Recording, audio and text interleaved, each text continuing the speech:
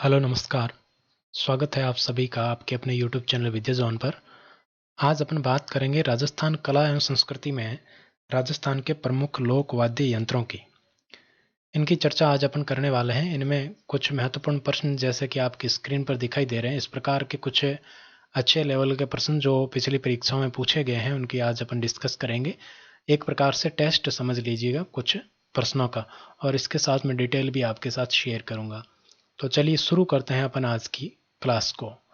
आज की क्लास में सबसे पहला प्रश्न आपके सामने है, निम्नलिखित में से कौन सा एक तत्ववाद्य यंत्र है। तत्ववाद्य यंत्र कौन से होते हैं? जिनमें तार से बंधे हुए होते हैं और इन तारों के माध्यम से ही जो आवाज है वो निकाली जाती है, उन्हें क्या कहते हैं? तत्ववाद्य यंत्र कहते हैं। तो यहाँ पर आपके सामने ऑप्शन है मशक, सहनाई, जंतर और पुंगी। तो इनमें से आपको बताना है कि तत्ववाद्य यंत्र कौन सा है। तो यहाँ पर अगर बात करें तो आपके ऑप्शन दिख रहा है जंतर का, और जंतर आपके कौन सा है? तत्ववाद्य यंत्र है। तो जंतर क्या होता है कि ये एक वीणा, आपने देखा होगा वीणा जैसी इसकी आकृति होती है और इसमें दो तुम्बे लगे होते हैं। आप देख लीजिएगा, नेट पर सर्च करके आप देख सकते हैं। तुम्बे जैसे गोलाकार आकृति के होते हैं, वो लगे हुए होते हैं और इनमें जो तार लगे हुए होते हैं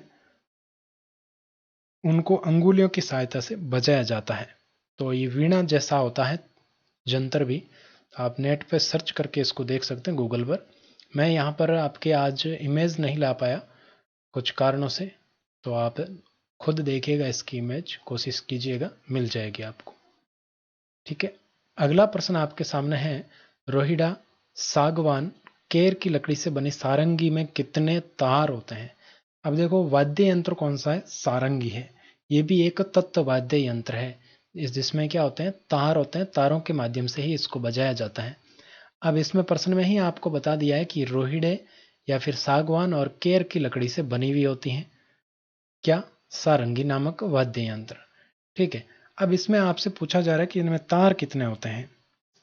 ये वाद्य यंत्रों में सर्वश्रेष्ठ माना जाता है सारंगी को। ठीक है।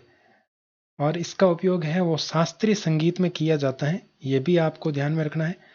और इसमें जो तारों की संख्या है वो कितनी होती है? 27 होती हैं। ए ऑप्शन बिल्कुल आपका करेक्ट हो जाएगा। और ऊपर, इसके ऊपर क्या है? एक तो तार हो गए, तार के साथ में एक और लगा होता है जिनको बोलते हैं तांत। वो तांत होते हैं ना, वो बकरे की आंत से बने होते हैं। आंत आपने पढ़ा होगा, शरीर में, हमारे शरीर में भी दो प्रकार की आंत, छोटी और बड़ी आंत। आपने जनरल साइंस में भी कभी 10th में भी पढ़ा होगा। तो उसमें जो बकरे की आंत होती है उसके बने होते हैं इस पर लगने वाले जो तांत होते हैं। ठीक है, तंतु समझ सकते हैं आप। ठीक है। और इसको जब बजाया जाता है तो घोड़े की जो पूंछ होती है उससे बने हुए एक गज का उपयोग किया जाता है। यह आपको ध्यान में रखना है। किसका? घोड़े की पूंछ के बालों से बना हुआ एक गज होता है, उसका उपयोग किया जाता है। ठीक है। तो ये सारी चीजें आपको ध्यान में रखनी। ये जो चीजें मैं आपको बता रहा हूं ये आपको लिखित रूप में भी मिल जाएगी, मैं उपलब्ध करवा दूंगा टेलीग्राम पर। ठीक है, तो वहां से आप पढ़ सकते हैं इसको। तो इसका आंसर तो 27 हो गया। अगला प्रश्न है, निम्नलिखित में से किस वाद्य यंत्र का प्रयोग मांगणियारों, मांगणियार एक विशेष प्रकार की जाति होती है मुस्लिम शेख, के द्वारा किया जाता है? यानी कि इनमें से कौन सा वाद्य यंत्र है जिसका प्रयोग है वो मांगणियारों के द्वारा किया जाता है? तो यहां पर आपके सामने ऑप्शन है जंतर, सतारा, कामायचा और एकतारा। तो आपका करेक्ट आंसर क्या हो जाएगा? कामायचा। क्या हो जाएगा? कामायचा। सी ऑप्शन आपका बिल्कुल करेक्ट हो जाएगा। अब कामायचा क्या होता है? तो ये सारंगी जैसा ही होता है। अगर आपने सारंगी देख रखी है तो आप इसको समझ सकते हैं।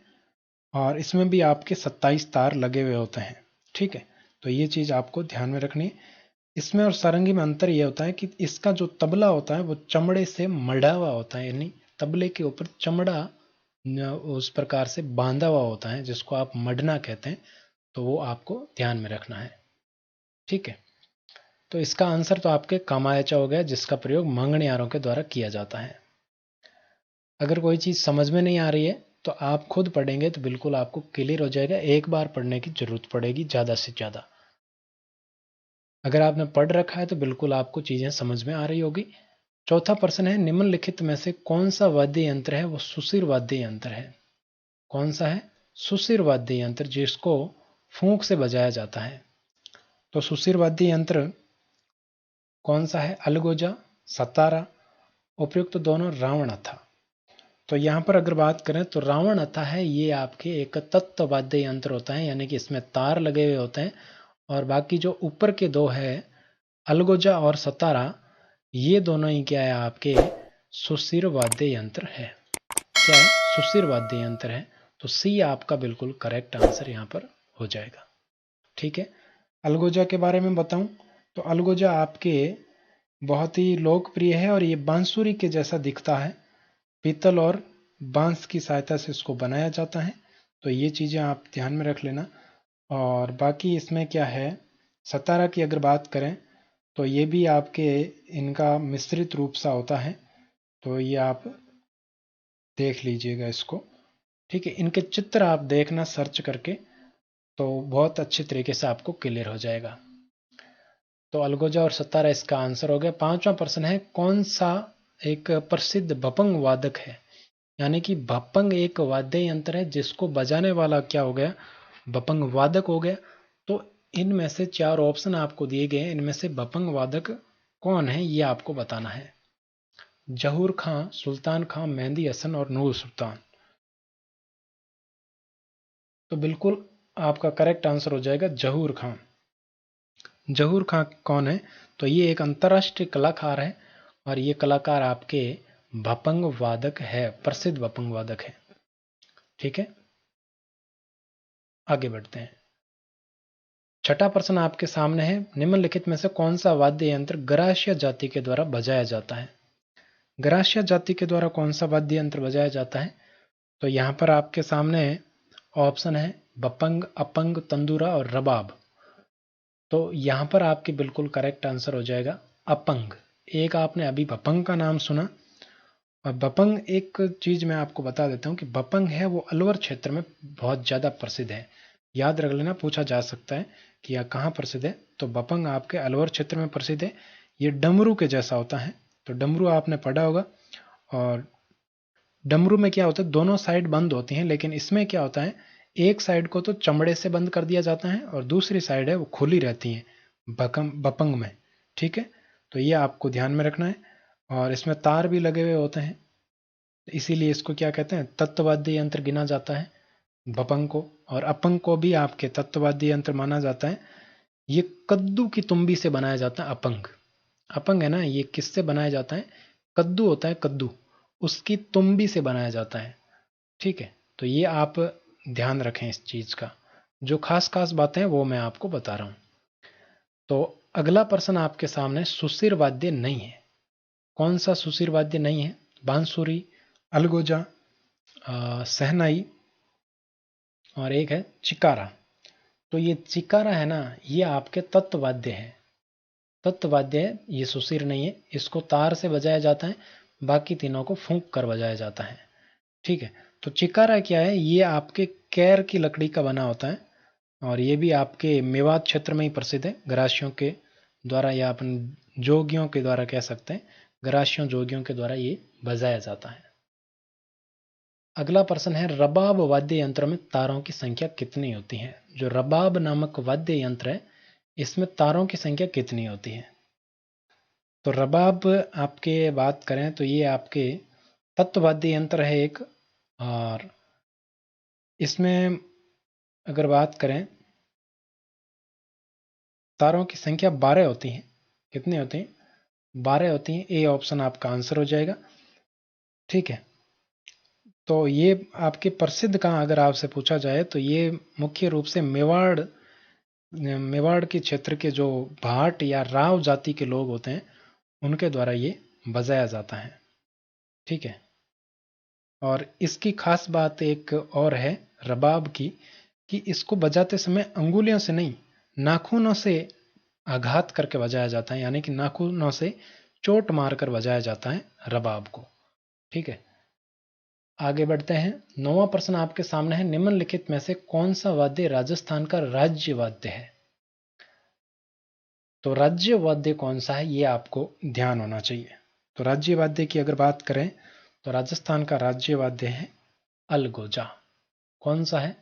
अलगोजा है। डी ऑप्शन बिल्कुल करेक्ट हो जाएगा। अलगोजा अपन पहले भी प्रश्न कर चुके हैं अलगोजा से संबंधित, इसलिए मैंने इसके बारे में ज़्यादा बताया नहीं। ये बहुत ही लोकप्रिय है और इसमें क्या होता है, इसको राज्य वाद्य का दर्जा दिया गया है। आगे बढ़ते हैं। 10वां प्रश्न है, कौन सा वाद्य यंत्र शहनाई, अलगोजा और बांसुरी का मिश्रित रूप है? सतारा, रबाब, मशक, तुरही। तो इसकी बात अपन कर चुके हैं पहले भी। मिश्रित रूप कौन सा है? तो यहां पर अगर बात करेंगे सतारा बिल्कुल आपका करेक्ट आंसर हो जाएगा। 10वें में ए ऑप्शन। सतारा को शहनाई, अलगोजा और बांसुरी का मिश्रित रूप माना जाता है। ठीक है, ये आपके जो मारवाड़ क्षेत्र है, बाड़मेर और जैसलमेर क्षेत्र, वहाँ पर लंगा जाति के द्वारा, गडरिया जाति के द्वारा और मेघवाल जाति के द्वारा ये वाद्य यंत्र है वो बजाया जाता है। तो मैं आपको जो लिखित कंटेंट उपलब्ध करवाऊंगा उसमें बहुत ज़्यादा डिटेल दे रखी है, पढ़ेंगे तो बहुत बिल्कुल अच्छे से क्लियर हो जाएगा आपको। 11वां प्रश्न है, यहाँ पर मेरा मकसद है कि आपका टेस्ट लिया जाए। एक लंगा जाति के द्वारा बजाया जाने वाला वाद्य यंत्र मोरचंग। वाद्य यंत्र का नाम आपको दे दिया मोरचंग। ये बना हुआ किससे होता है?